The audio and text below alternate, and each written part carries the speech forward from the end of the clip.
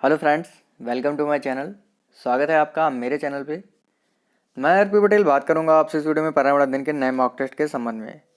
और आज का जो हमारा मॉक टेस्ट है बहुत ही महत्वपूर्ण है। बहुत ही अच्छे प्रश्नों को शामिल किया गया है और अगर आप 25 प्लस आज अंक ला रहे हैं तो मान के चलिएगा आपकी तैयारी बहुत ही गजब की है। और ईवीएस में गारंटी लेता हूँ कि आप एग्ज़ाम में 25 प्लस करके आएंगे अगर आप आज के एग्ज़ाम में 25 करते हैं तो शुरू करते हैं अपना वीडियो। अगर आप मेरा चैनल पहली बार देख रहे हैं तो प्लीज़ चैनल को सब्सक्राइब करना मत भूलिएगा, बेल आइकन को भी दबाना मत भूलिएगा, जिससे कि आपको नई वीडियोस की नोटिफिकेशन समय से मिलते रहे। अगर आपने 500 MCQ की जो सीरीज है पर्यावरण अध्ययन की उसको नहीं देखा है, उसका भी लिंक आपको डिस्क्रिप्शन में दे दिया जाएगा। उसके साथ साथ आपको अन्य सब्जेक्ट के मॉक टेस्ट मिल जाएंगे, जैसे बाल विकास है, हिंदी है, इनके भी मॉक टेस्ट आपको मिल जाएंगे। तो शुरू करते हैं अपना वीडियो और ध्यान से करिएगा, ठीक है। प्रश्न हमारा पहला, ग्रेबो किस प्रकार की चट्टान है? आग्नेय चट्टान, अवसादी चट्टान, रूपांतरित चट्टान या इनमें से कोई नहीं? तो ग्रेबो जो चट्टान है आपकी, ये है आग्नेय चट्टान।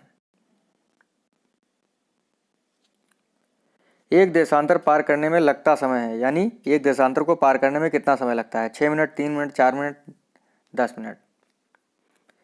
तो एक देशांतर को पार करने में लगता है समय 4 मिनट। देवबंद ज्वालामुखी कहाँ है? देवबंद ज्वालामुखी कहाँ है? Philippines, Japan, Iran, France?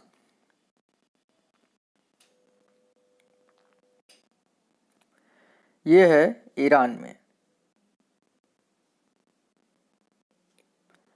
Alps पर्वत कहाँ है? Italy, Morocco, Tunisia, France? तो आल्पस पर्वत जो है आपका, ये है फ्रांस में। विश्व का सबसे बड़ा मरुस्थल है? सहारा मरुस्थल, गोबी मरुस्थल, कालाहारी मरुस्थल, टकला मकान मरुस्थल? विश्व का सबसे बड़ा मरुस्थल है सहारा मरुस्थल। बैकाल झील कहाँ है? यूएसए, रसिया, फ्रांस, यूनाइटेड किंगडम? बैकाल झील जो है आपकी, ये है रसिया में।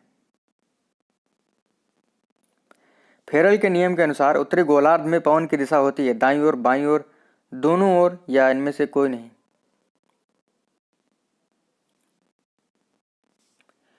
वेरी वेरी इंपॉर्टेंट प्रश्न है ये। फेरल के नियम के अनुसार उत्तरी गोलार्ध में पवन की दिशा होती है दाईं ओर। सुंडागर्त कहाँ है? हिंद महासागर, प्रशांत महासागर, अटलांटिक महासागर, कैस्पियन सागर?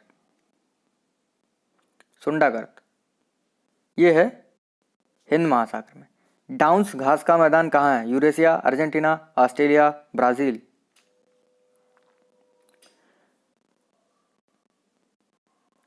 जो आपका डाउन्स घास का मैदान है, ये है ऑस्ट्रेलिया में।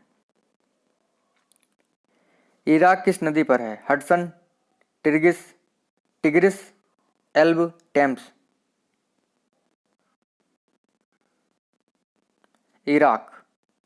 इराक जो है ये टिग्रिस नदी पर है। बीजिंग शहर का पुराना नाम क्या है? Persia, peeking, Guana, Dahomey?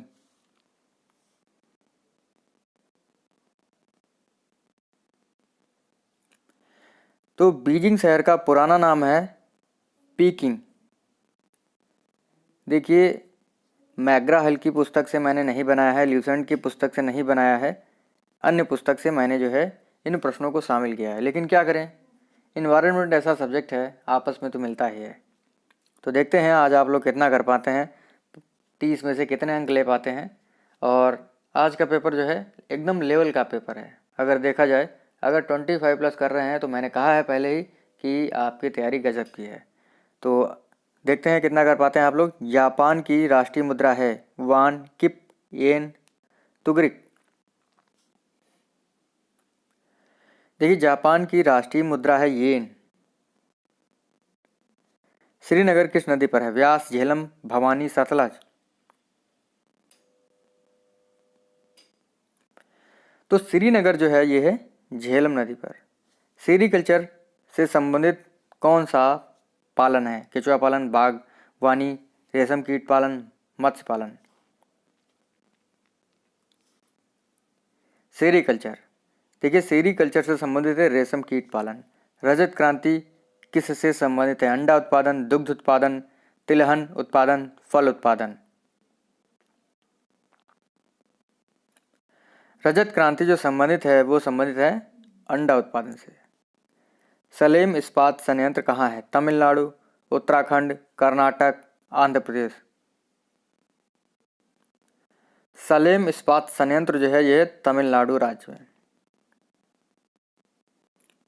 उत्तर रेलवे का मुख्यालय कहाँ है? नई दिल्ली, हुबली, जयपुर, हाजीपुर।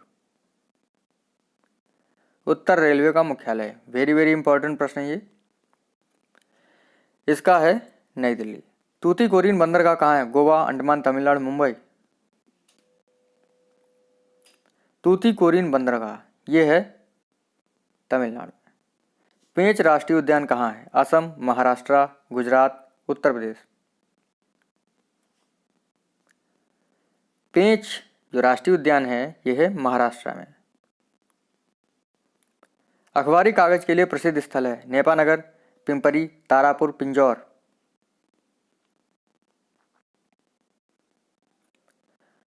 देखिए अखबारी कागज के लिए फेमस स्थान है नेपानगर। देखिए अगर आपको वीडियो अच्छा लग रहा हो तो सबसे पहले लाइक का बटन जरूर दबा दीजिएगा, क्योंकि लाइक करते हैं तो अच्छा लगता है, ठीक है। तो अगला प्रश्न है, भारत का जलीय जीव यानी राष्ट्रीय जलीय जीव कौन सा है? मोर, डॉल्फिन, मछली, हाथी या नाबदीस। भारत का जलीय जीव कौन सा है? ये है डॉल्फिन मछली, सभी को पता है। विजय स्तंभ कहाँ है? अजमेर, जोधपुर, कोटा, चित्तौड़गढ़।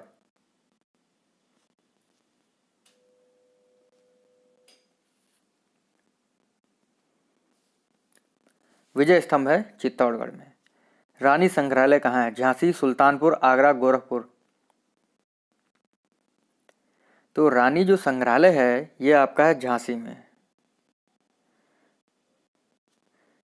अगला बहुत ही अच्छा प्रश्न है और बहुत ही फेमस नगर है ये हमारा। पेड़ों का नगर किस नगर का उपनाम है? अलीगढ़, वाराणसी, लखनऊ, मथुरा।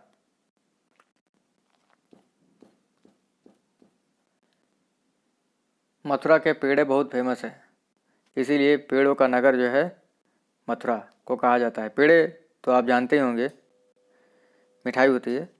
केंद्रीय चावल अनुसंधान केंद्र है? भोपाल, दिल्ली, नागपुर, देहरादून, कटक।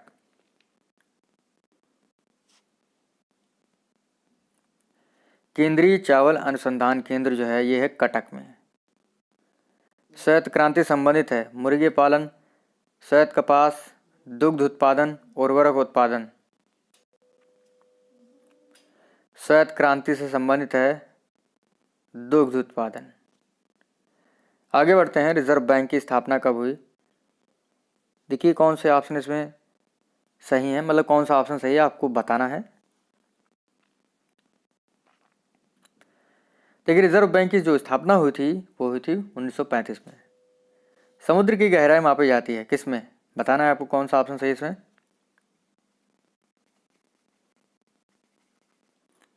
समुद्र की गहराई मापी जाती है फैथोमीटर में। भारतीय संविधान में वर्तमान में कुल अनुसूचियां कितनी हैं? 11, 8, 9, 12। 12 अनुसूचियां। जब संविधान बना था तो 8 थी। राष्ट्रीय ध्वज का प्रारूप किसने तैयार किया? राजेंद्र प्रसाद, पिंगली वेंकैया, पीटी नेहरू, पंडित जी नेहरू, सरदार वल्लभ भाई पटेल। तो राष्ट्रीय ध्वज का जो प्रारूप था ये पिंगली वेंकैया जी ने तैयार किया था। बी ऑप्शन इसका सही है। तो इस प्रकार से आज के हमारे 30 बहुत ही अच्छे प्रश्न समाप्त होते हैं, ठीक है। और शायद आपने काफ़ी अच्छा किया होगा, मैं ऐसी आशा करता हूँ। और अगर आप 25 प्लस कर रहे हैं तो मैंने कहा है अच्छी तैयारी है, 25 कर रहे हैं अच्छी तैयारी है, 24 कर रहे हैं, 23 कर रहे हैं तो तैयारी आपकी अच्छी है। 22 जैसे आने लगेंगे तो मतलब आपको पढ़ने की ज़रूरत है, क्योंकि इन्वायरमेंट ऐसा सब्जेक्ट है जिसमें आप 25 प्लस हमेशा ला सकते हैं, यानी ला सकते हैं, मेहनत करेंगे तो ज़रूर ला सकते हैं। क्योंकि टेट का पेपर है, कोई PCS IAS का पेपर नहीं है तो कहीं से भी उठा के दे देंगे, क्योंकि एकदम सिलेबस वाइज ही बनाया जाएगा पेपर जो भी बनेगा। क्योंकि ज़रा सा अगर इधर उधर कुछ प्रश्न हो जाता है तो भैया सुप्रीम कोर्ट, हाई कोर्ट तक चला जाता है केस। तो इसी वजह से जो पेपर सेटर होता है वो ध्यान से पेपर सेट करेगा, तो ये बात ध्यान रखिएगा। तो जितने भी टॉपिक हैं उन्हीं में से मैं प्रश्न लेता हूँ। तो कह सकते हैं कि जो पेपर बनेगा वो बिल्कुल सिलेबस के अकॉर्डिंग बनेगा। तो सिलेबस के अकॉर्डिंग बनेगा तो पूरा सिलेबस जो है रट लीजिए एक तरफ से। और अगर आप अच्छे से पढ़ना चाहते हो तो मैकग्रा हिल की जो किताब आती है पर्यावरण अध्ययन की कक्षा 1 से 5 की, वो पढ़ लीजिएगा। गारंटी देता हूँ कि 25+ तो सही करेंगे ही। सबसे अच्छी बुक है आज के ज़माने में अगर देखा जाए मैकग्रा हिल, क्योंकि बहुत ही अच्छे तरीके से उसमें डिस्क्राइब किया गया है हर चीज़ को। पिछले ईयर के जितने भी प्रश्न हैं सीटेट यूपीटेट में, उनको भी अच्छे से दिया गया है। अगर आप वो बुक परचेज करते हैं और अच्छे से पढ़ते हैं तो आपकी तैयारी में 4 चांद लगाएगी वो बुक, मेरी गारंटी है ये। तो तैयारी करते रहिए धुआंधार। मिलते हैं आपसे अगले वीडियो में। थैंक यू फ्रेंड्स, आपका मेरे चैनल पर आने के लिए बहुत बहुत धन्यवाद। जितने भी प्रश्न आपने सही करे हैं कमेंट करके बताइएगा। थैंक यू दोस्तों।